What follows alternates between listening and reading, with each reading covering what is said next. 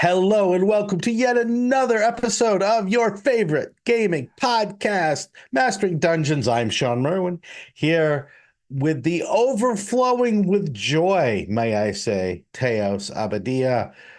What is good with the world and yourself, Teos? Everything's good. I had a lovely weekend, like cherry picking and Ooh. gorging on free samples in what's called Mm. Oregon's Hood River Fruit Loop. And I just went Ah. around just stuffing my face with samples and watching grown men cry when they tried hot sauces.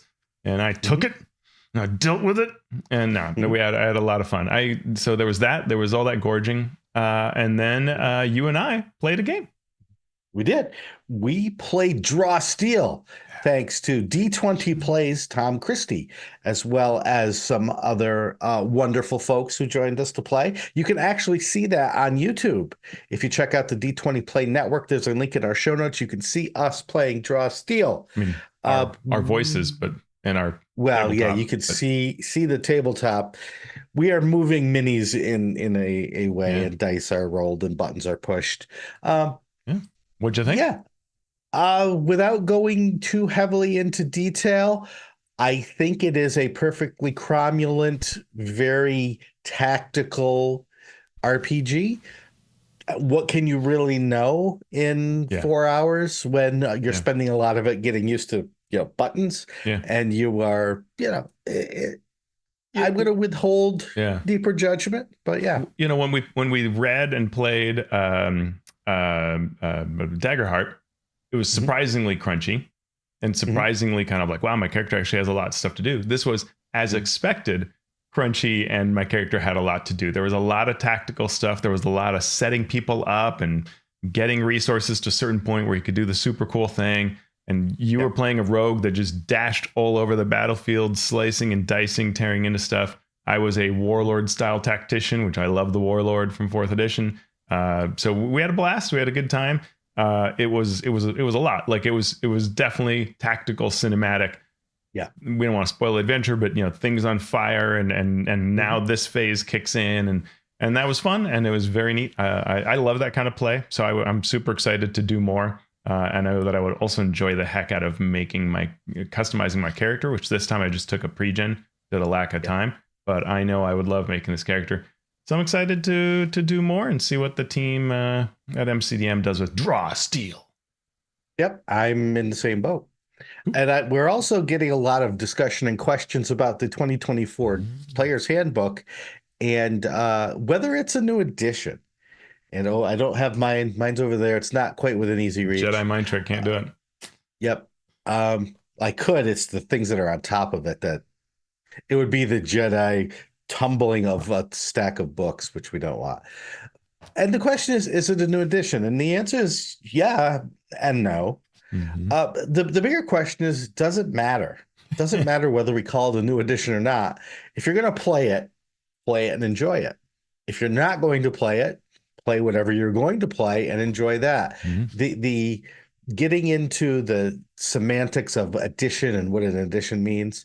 If you've played 2020 or 2014, you know how to play 2024. True. Yeah, yeah. The rules are going to be slightly different. There are going to be some new options or fewer options or different options.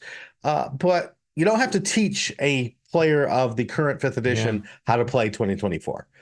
That is a really neat thing. I mean, not that we want to go into forever because this kind of question could go everywhere, but you know, D&D itself hasn't known what the heck an edition was. Like it made new Exactly. books for economic reasons, and what they were based on, particular things. Like they were super afraid nobody would play second edition, so second edition is a lot like first edition because of financial constraints, not what the design wanted to do. And third edition was big and bold because that's what the CEO wanted and thought was Mhm. best for the game at that time and was long overdue. And then fourth edition was this, we've got to fix everything. And we also want to have this virtual tabletop. And so it was different. And those are all businessy angle things, right? But the reality, as you're saying, as a player and as a DM is, am I learning a new system or not? And no, you're not learning a new system. This is the same system. There's some more keywordy stuff and things like that, but it's the same game. And it's Yep. great. We as designers, and I had to, I think we can't say this too often apparently, we as designers nitpick design. We analyze it because we're super analytical people, and we love that. Like, it's one of our hobbies is picking things apart. Let me just say that this is a super fun game. Like, I don't care who had made this game, whoever's name was on it, we would say this is a great game. Mm-hmm. Then we can start nitpicking all kinds of things, and you could hear an unending stream of us saying, well, I would have done it this way, or maybe they should have considered.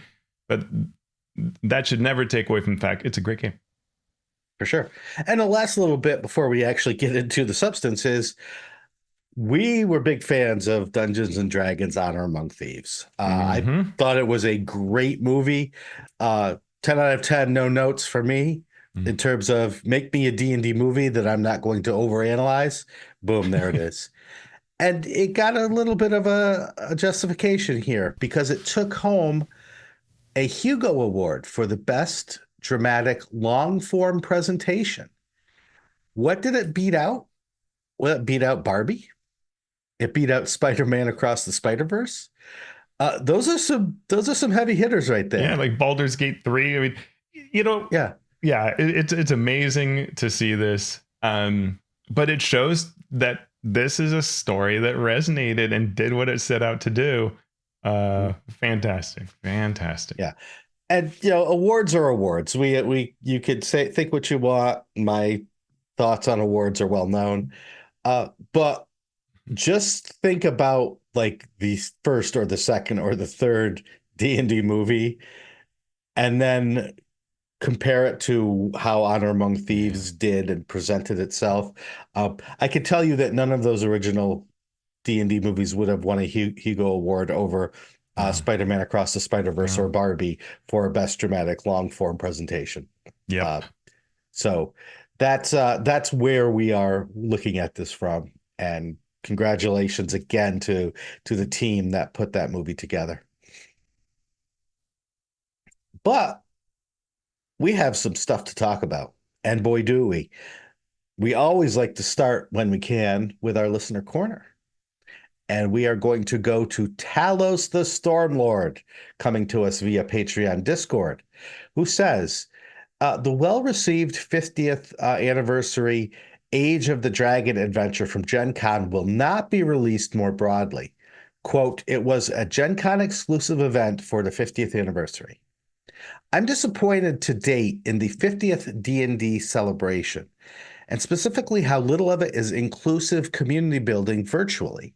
Especially since leadership talks about the digital, aka virtual future, and Jess Lanzillo emphasized the importance of inclusion. And a lot of people can't afford, can't make it to, or don't want to go to in-person cons. Mm-hmm. What do you suggest would be a good thing WotC could do in late 2024 to be the virtual Gen Con to celebrate the 50th anniversary digitally and inclusively? I'm going to step aside for Teos on this one. Well, I mean, I'll start by saying that this is not a now thing or a current team thing. D&D has had, in general, a very mixed record about making the most out of special event offerings. I was going through my paraphernalia box to decorate my gaming room, and I found the 25th anniversary stuff. And, there were pins at like a game day event. Nobody remembers that event, I promise. Or let's say very few people remember that event. And it's the same thing with any of these special events. Like I had my own personal version of that with when Acquisitions Incorporated adventures were commissioned during Storm King's Thunder for this big event of having people go out of movie theater. And I start working on this adventure, and it's for weirdly high levels. The adventure was I can't think of Giant's Bargain. Thank you. Cloud Giant's Bargain. I wanted to start with Storm. Too much Storm in my mind. And Teos just had a Shawn moment there. Yeah, I had a Shawn moment. And so, I'm working on this thing, and then I realize, wait, Shawn is writing an adventure for this same convention that's actually low level and deals with Acquisitions Incorporated. Why were two commissioned? We have no idea. They really should have just gone with what Shawn did and packaged that. Now, I'm glad I got the project, and I thought it came out really well. It's one of my favorite things I've ever written. A lot of people like it, but it was completely unnecessary.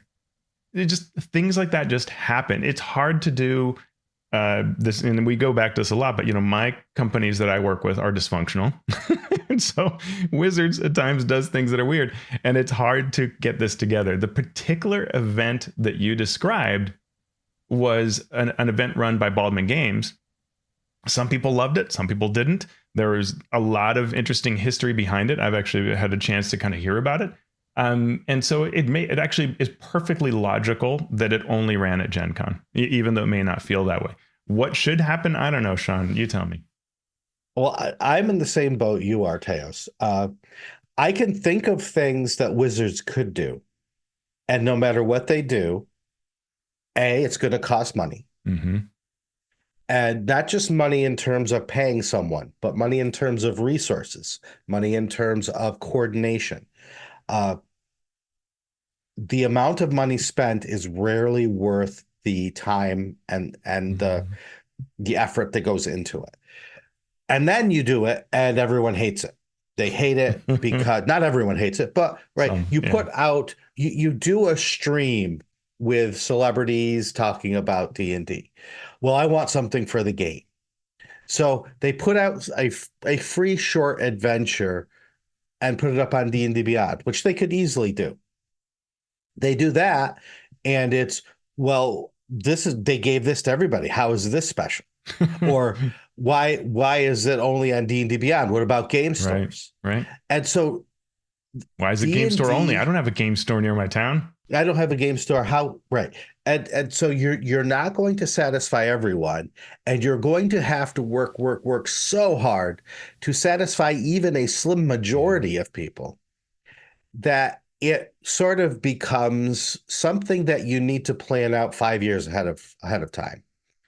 And even if you do that, 5 years later, whatever you have planned is irrelevant, or it is so hard to do. I think back to D&D Live: The Descent, which was their D&D Live show in Los Angeles in 2019. It was amazing. It was amazing. We ran the D&D Open for that year that I believe James Itricasso and Will Doyle and I wrote. Mm-hmm. Oh, huge success. All of these different tables playing the same event, celebrities playing, chaos, madness, staged events, actors. Sound dude. Yeah. There were literally programmed sounds being played by, Sirenscape people. Sirenscape. Yeah. Wild. Yeah. And such an amazing time. Later that year, or early the next year, I am sitting at Wizards of the Coast offices for the first time, planning out the next D&D Live and how amazing it was going to be. This would be the one that led into the 10 Towns and into Icewind Dale. And I'm sitting there, not just me and not just people with Wizards, people from around the world, game designers, event planners, all sitting in a room. They're spending money to have me there. They're putting us all up in hotels. They're paying for our meals. We are planning this. We are getting ready to make this next one even more memorable, larger, more exciting than the last. And what happens? Pandemic. COVID. Yeah. And it all goes away. So, yes, we want Wizards to be inclusive. We want them to do things digitally that we can all share in.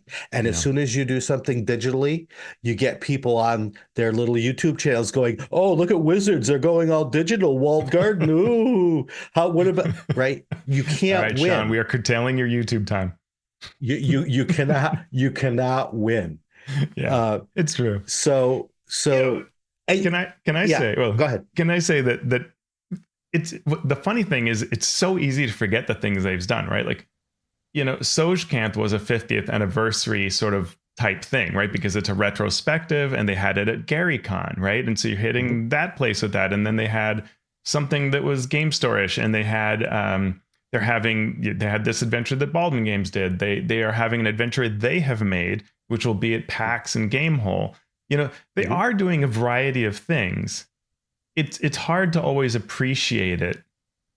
And also, by the way, they're also trying to release this 2024 book, right? Mhm. So that's the hard thing. Any of us would probably say, like, look, stupid. If you're going to focus on one thing, it's the new books. Don't get distracted. Mhm. But hey, also, could you make, and I'm not, Right. just to be sure, we are not bagging on Talos the Stormlord, who's awesome. No.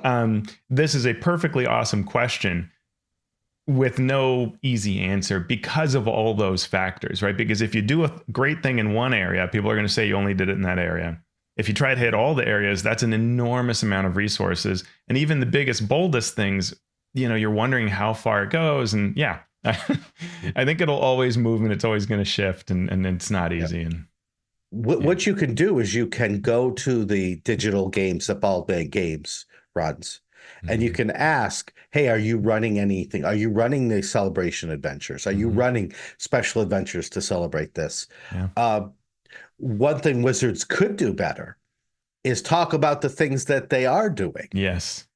Yeah. Because sometimes that is what gets lost in the sauce is they have partners that are doing things with their backing or with their support or things that they're doing themselves and not capitalizing in any way that celebrates it and highlights it. Yeah, it's almost impossible to track all the things, right? There are those D&D dice sets that Beetle and Grimm's has made, right? And there's just so much to talk about that it gets lost. And I do agree that the kind of communications marketing team could really be doing a better job of showing all these things and drumming that. And I always say the important part is there's one thing to communicate in our hobby, but finding how to communicate outside of our hobby, that's the secret, right? Like, so that you are bringing in more people to that hobby.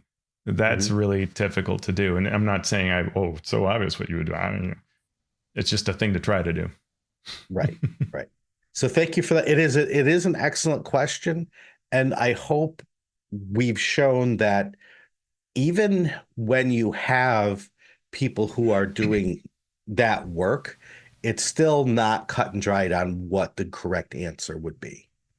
Yeah. Second question comes from Tejas Kudva 2543 via YouTube. One thing I'm really getting out of your walkthrough of Greyhawk is how intertwined conflicts are with other conflicts and how much historical context they have. It's not an issue for everybody, but I'm sure there are people like me who want their grip on the big picture before they drill down to making adventures. How do you suggest GMs who are new to Greyhawk, I started in the Forgotten Realms, approach starting a campaign? It seems like there is an intimidating amount of connection to try to grok. And this is one of the reasons that we are walking through Greyhawk, is this fact that there is this complex history and there are all of these regions with all of their wars and all of their conflicts that do make this into something where you need to spend a semester studying the history of in order to really grasp. Yeah. And so what we're trying to show is when you create a world, if I'm creating a world, one thing I want to do is I want to give the DMs the basic tools they need to portray two things, the common and the cool of that world. So the common is your characters are walking down the street and they approach a vendor area, right? An open market. What are they buying? What coins are they using? What are some of the people? Who are some of the people? What do they sell? Right? You want to be able to show the common. Yeah. But then you also want to be able to highlight the cool in how is this different from a similar world that you might expect as the game master or the player? How is Eberron different than Forgotten Realms? How is that different than Dark Sun, different from Greyhawk, et cetera, et cetera? Yeah. And so you want to be able to show those two things simultaneously. And if you can show that, you run any adventure you want, but you've grounded the players in those two things, then don't worry so much about the history. Worry about putting something really exciting and memorable in front of the players as part of their adventure. Yeah, that's fantastic advice. I'll say that I have a sort of rule of thumb, a rule of three that I try to use for sessions whenever I can. And that is three kind of things that you want to linger in the brain of your players. And so it might be like if you know, like with Shawn, the idea of like you're visiting the market, right? And maybe after the market, you're going to go to a guild place, like some one guild member. So along that 4-hour experience or however long you're going to play, have 3 things that are really going to stick into your mind. Like maybe the guild is all worried about the nation that's to the north, and they are threatening caravans, and at any point war could break out. So there's your history piece, right? That's one of the things you're going to hit this time. You're not going to do 20 or 15, or it's not a diatribe, but just that little bit of, I'm really worried about, you know, we're in Bissell and I'm really worried about what's coming from Ket, you know, and that just establishes that, right? Okay, you know, and your players start hearing, oh yeah, worried about Ket. And then your second thing might be something that's like, you know, the new prince is so young, you know, we're all worried, you know, the prince seems like a good person, but you know, are they up to the task? Oh, okay, the prince is young, right? And you just hit 3 things, and session over session, this will all really build. It forces you as GM to think, what are 3 important things? There might be 20 things I want to convey, but I got to just choose a couple and have those really land. And that's how you get all that, cut through all that history. You can know all of it. And what that means is if the players ask stuff, then you can slowly dish out more. And even if you don't know it today, that's fine. So you don't, you know, the guy says, well, I don't know. I don't really follow my history. That's what your NPC says, because you don't know. But next session, you look that up because they were interested, and you make that one of the things, right? Or just find other ways to give out that knowledge. But little by little, that's my real suggestion. Yeah. Another thing that I like to do is make sure in the worlds I create and present to the players, I have an idea of what I want to do in terms of just adventure overviews for each tier of play. If, you know, if local is 1 to 4 and regional is 5 to 10, and then sort of global is 11 to 16, and then interplanetary or multiversal is 17 to 20. That's the Beastie Boys tier, intergalactic. Exactly. Yep. Oh, now I've got a song in my head. I can't stop it, Teos. I hate you so very much. Intergalactic, planetary, intergalactic. Wait, we've just YouTube is now going to take this down. Speaking of blurred videos. Yeah, no kidding.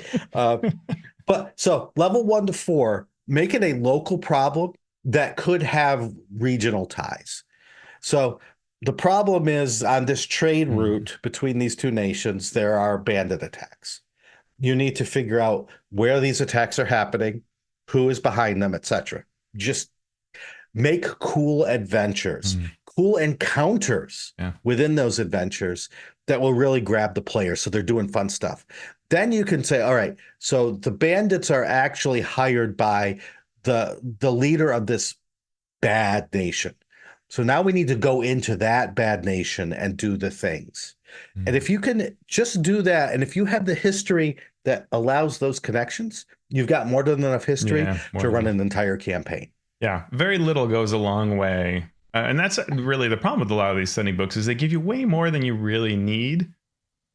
And so thank you for that question as well. You can give us your questions via a number of ways. Tweets and toots and via Patreon, via YouTube, and email. We even have an email. We have an email, right? It's masteringdungeons@gmail.com. I don't even think we ever say that. I don't think we ever say that. Yeah, but it's actually masteringdnd@gmail.com, which is probably why we never say it. Yeah, you could even That's email. Probably because you can email us. @gmail.com. Totally. So let's get into our news. Starting with WotC's updating its policy for influencer videos. So we talked about this a little bit last time. So what is the new policy, Teos? So you influencer, yeah, and also, well, yeah, that's me. If you know one thing about me, so those of us who were part of this whole thing we talked about last time, where we got the player's handbook a little early, and then we created videos, and then we were told to change them, and then we got a new policy that was sent out to us. Will this be the future permanent policy? No, but I found it thought-provoking in kind of how it's changed from, hey, blur 50%, 75% of a 1-page or 2-page spread to the following. Do not publish footage, images, or distribute files that display an entire chapter of the book end to end. Right? So don't do an entire chapter. Do not publish footage, images, blah, blah, blah, that display the entire book, page by page from beginning to end across your country. Well, content. You can't do a chapter. You definitely can't do all the chapters. That makes sense. It's almost extraneous. We could remove that rule as an editor, but fine. Do not upload or distribute PDF content of any product provided to you. And that's one of the things that I think they hadn't clarified early on. They sent watermarked PDFs to people, but didn't say you can't show this. And here they're really saying, hey, if it's a PDF, you can't. No, that's not, only the physical book. Do use and then they didn't say D&D Beyond, right? This is a PDF. Do use the book as a visual asset for your content for reference, illustration, or discussion in accordance with fair use. So very simple policy. I find that that's very, in general, pretty easy. Don't share more than a chapter. Okay, that's pretty easy. And they said, if you have any questions, you can email us, which I think in general, no one should really have questions about that. But I find all of this really fascinating. And along these lines came a video from Nerd Immersion where he was discussing everything that's happened on this and what fair use is with lawyer Noah Downs, because one of the things the guidelines said was, in accordance with fair use. So what is that? And Noah Downs explained that really any large sharing of a book is likely not to be fair use. So Wizards policy actually goes beyond fair use and saying like you can show almost a chapter, right?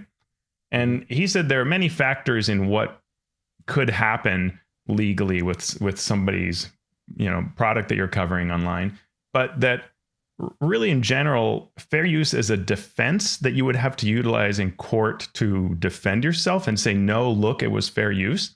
It's not something that prevents you from being sued.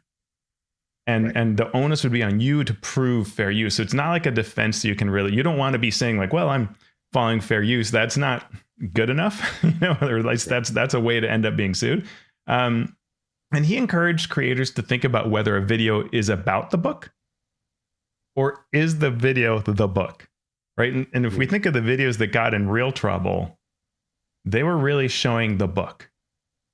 And I think that's a really good way to think about it is, hey, this whole idea of like sharing less than a chapter, it's kind of like, well, what are you discussing? Are you showing off everything you need to know about creating a character? Because maybe that's a problem. That's really the book. Or are you saying, hey, here's what I think about how the new tools rules are, right? Then that's different. So, and that's the whole issue with influencers in general. And this question, right? Fair use is put into play in education a lot, right? I'm teaching a class on using imagery in a story. Yeah. So I'm going to take this page from this Nathaniel Hawthorne short story, the birthmark, to show imagery in play. That is me using something to illustrate something else. I'm not using the whole thing. I'm using a blurb from it, et cetera, et cetera. That's fair use. Yeah. Yeah. And if you're an influencer in this case, Wizards gave you the book to talk about the book. Yeah. And so fair use doesn't even come into play because what they want you to do with the book is not fair use. Yeah. So it's sort of a bizarre. You're totally right. We've got a link in the video to where Noah Downs talks about it. And he talks about the educational angle of it. And he says, look, a video sharing what this book does, that's not actually educational. And one of the big things is, are you making money? And if your channel's monetized, you're making money. Ad supported, that's making money. Like you really no part of a video. It's really thin as to whether it's fair use.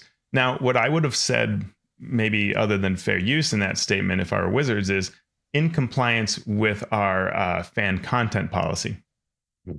Because Wizards has a fan content policy, and that stipulates. Now, the thing about fan content policies is they are subject to change. The company can change them at a whim and can at any point send you a message and say, yeah, we've decided we don't like what you did. So you have to live with that. But in exchange for that, you can use the fan content policy. And that's probably where I would direct things. But either way, I think this is going to be a learning process for us, right? There'll be many people who will say, hey, I created a book. I'm totally fine with you showing every page of it. And that's fine. it's also totally fine to go, no, you cannot do a page by page walkthrough of my thing. And so there has to be some sort of reasonableness. Wizards in this case is going a step beyond that sort of fair use fan content and saying that, you can't show a whole chapter or more than that. That would be a problem, but stay within those bounds and we'll probably be okay. Yeah. And it all comes again down to legal issues, right? Wizards needs to be able to say, we are protecting our IP. And so therefore we've made this effort. So if they need to go to court, they have that legal leg to stand on. And it's worth going back to just, what's the whole point of this, right? Wizards is trying to drum up interest, not negativity, not the whole content being out there, right? They want it's like trailers for movies, right? You don't show you don't give the movie to some person who's a Hollywood reporter and have them on their YouTube channel show the entire movie. And I think we all understand that that's reasonable to expect. And so, yeah. Hey, let's talk about Magic for a bit. Not the concept, but the game. We had already a D&D Magic set. We got a little bit more coming with a Magic the Gathering Secret Lair. On August 27th, we will get a Secret Lair drop of D&D cards for the 50th anniversary. Do we know what the cards are yet, Teos? Only 2 have been shared, Astarion and Karlach from the Baldur's Gate 3 video game, so at least some of them have that theme. And so what do we get in total with this Secret Lair drop? So we know that there are 5 sets of cards. Each set has multiple cards, and a set is $30, or you can get the foil version for $40. And if that sounds a lot, yeah, that's a lot. Last time when they did the D&D movie as a Secret Lair set of cards, I bought them.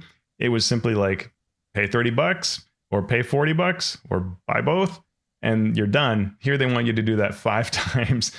So we're not sure. You can. We've got a link in our show notes to an article talking about what's known, but it's pretty much what we just shared.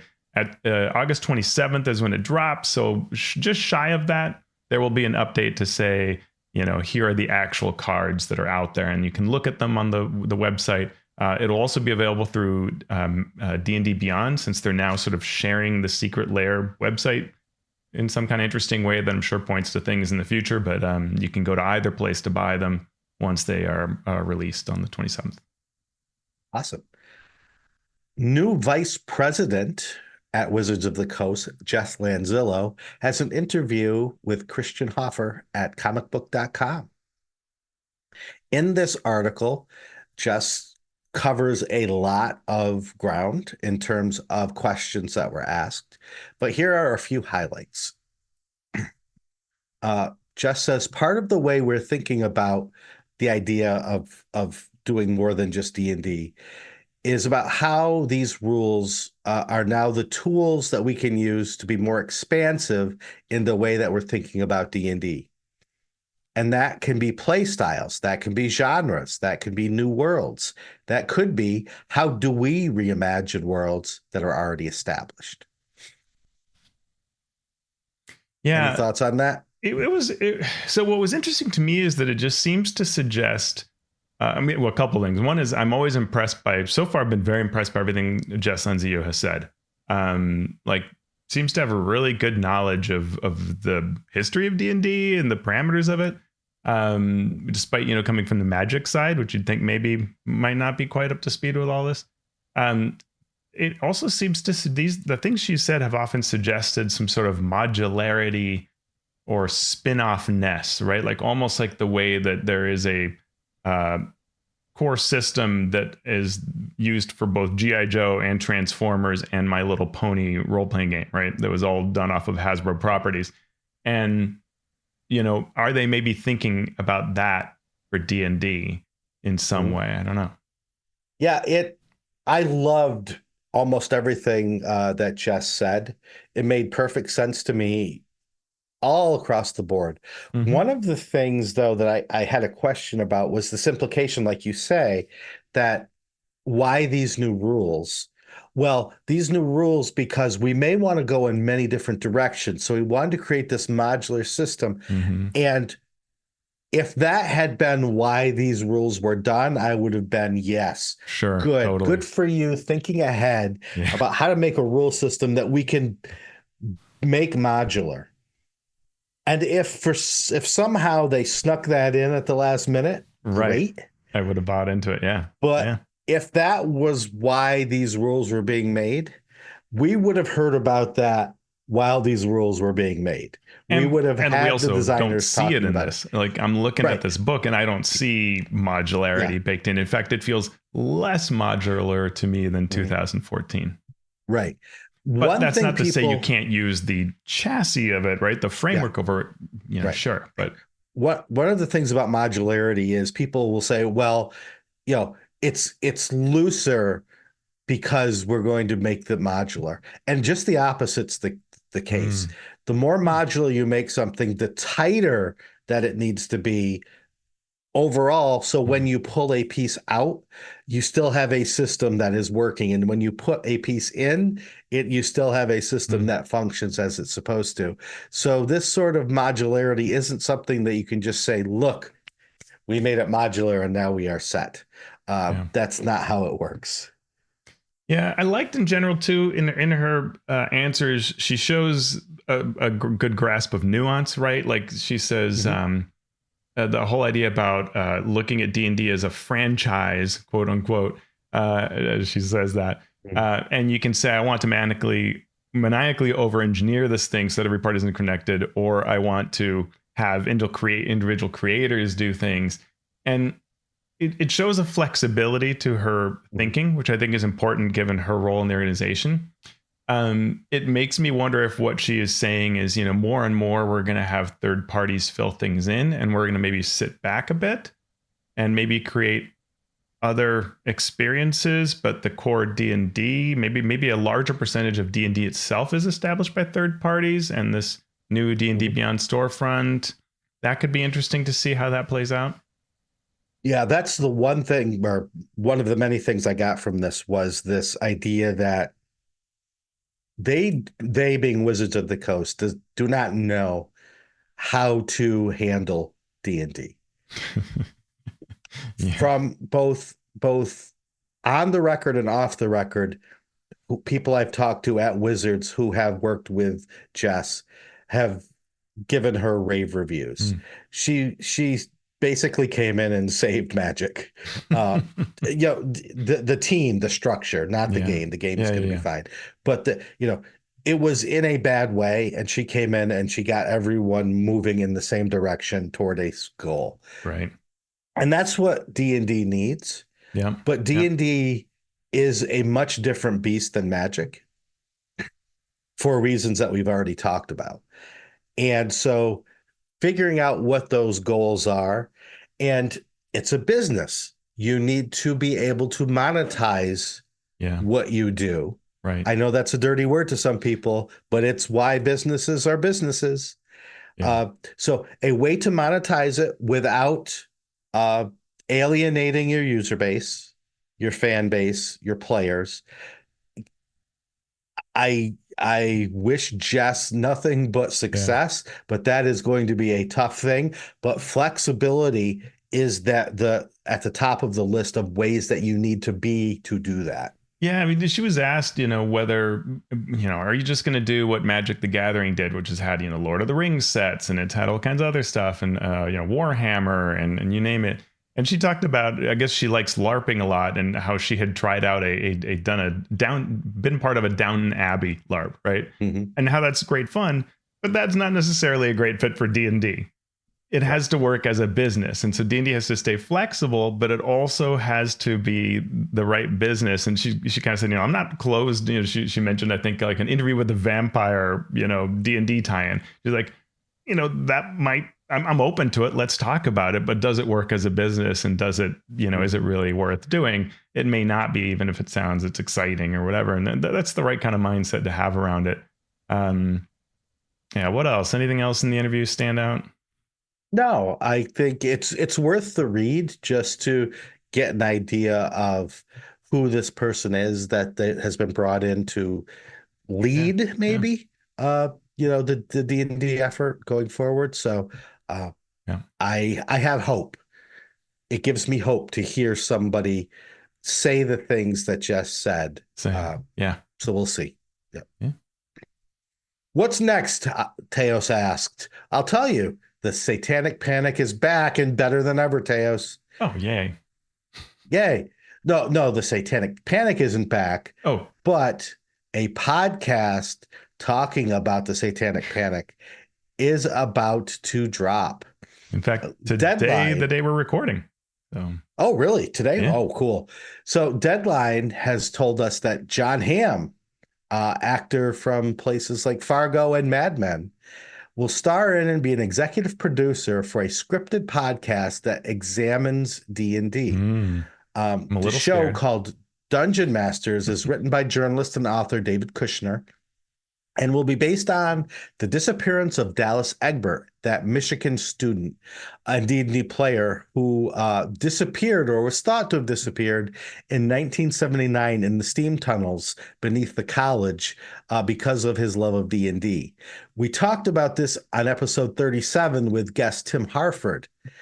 He talked about private investigator William Deere, who will be played by John Hamm in the series, that really fanned the flames of this whole what is D&D and why are people who play it disappearing sort of thing. Any thoughts on this, Teos, or any more information? Well, that Will Wheaton is old enough now that he's playing Gary Gygax on this show. I think that's hilarious. It's unclear how true to history the series will be. It's possible that this is a Q Code podcast. It's possible it'll become a TV series or a movie. Apparently, other of their podcasts have done this. The fact that this is set up the way it is, encouraging that it could become more if it does well. The cast includes Felicia Day, Christian Nairn of Game of Thrones, Emily Axford of Adam and Ruins Everything, Anjali Bhimani from Miss Marvel and many live D&D appearances, and Mark Doherty from Captain Marvel. So it's got a big cast. And Hamm had 2024 Emmy nominations for The Morning Show and Fargo, and talked about how great this was to do this and how excited it is for people to say this. There are a number of quotes here that we have about people being excited. So, it's another it's another D&D in more mainstream. That's great. The Satanic Panic is always a little double-edged, right? It probably shows problems and chinks in the armor of D&D itself, of Gary Gygax himself, depending on how they choose to spin it. I've been reading and listening to a number of podcasts and interviews that have been asking this question of, was D&D helped or hurt by the Satanic Panic? And the likely answer is that it helped initially by creating awareness and knowledge of this brand and giving it an edge, but that eventually sales started tanking from their giant high in part because of this, right? That there were just enough people out there saying, I don't want my kid playing this game. And that was enough of a barrier to actually erode some of the future growth they could have had after like 1982. So we'll see what effect this podcast has. Does it really truly grow in any way? Who knows? Yep. So we have a link in the show notes to that article, and look for the series, hopefully where you find your podcasts online. We got a blog article on adventure design from Gnome Stew and our Patreon supporter, JT Evans. JT has been looking at adventure design through a series of lenses, and this article particularly looks at story hooks. JT talks about how story hooks must be timely, pertinent, actionable, achievable, with risk. And then after the hook, momentum must be maintained by providing additional clues to allow the PCs to take action to inform themselves about where to go from there.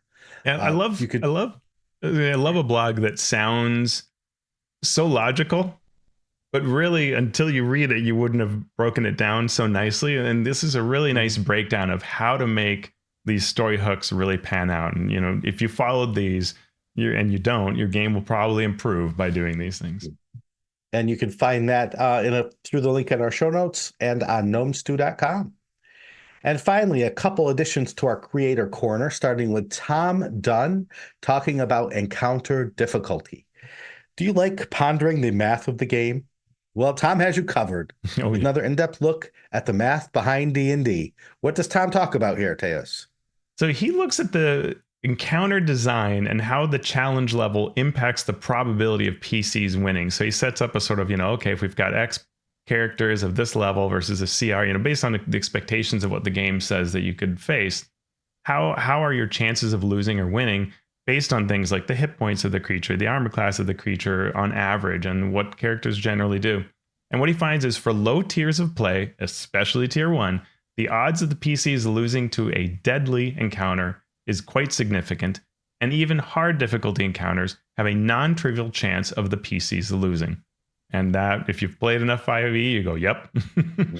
For higher tiers of play, especially tier 4, the PCs don't have a significant chance of losing unless the difficulty is well into the deadly category, after which increases rapidly to 50%. So, even odds, if you go well into deadly, then you can get there, but otherwise not a significant chance of losing. And that is what we'd expect based on play results, but he shows you the math behind it and why it ends up in that situation. And the second thing from our creator corner is Amazing Encounters and Dungeons by CZRPG. CZRPG has an Amazing Encounters series. So this new Kickstarter provides maps and encounters for 10 dungeons and over 100 dungeon rooms in a 150-page, beautifully designed book. You can download a free 20-page preview that showcases 13 of these rooms. I've backed these projects in the past. They're great. They're really fun, nice, easy drop-in, great maps. Can't go wrong. And that is our news and commentary section for this week.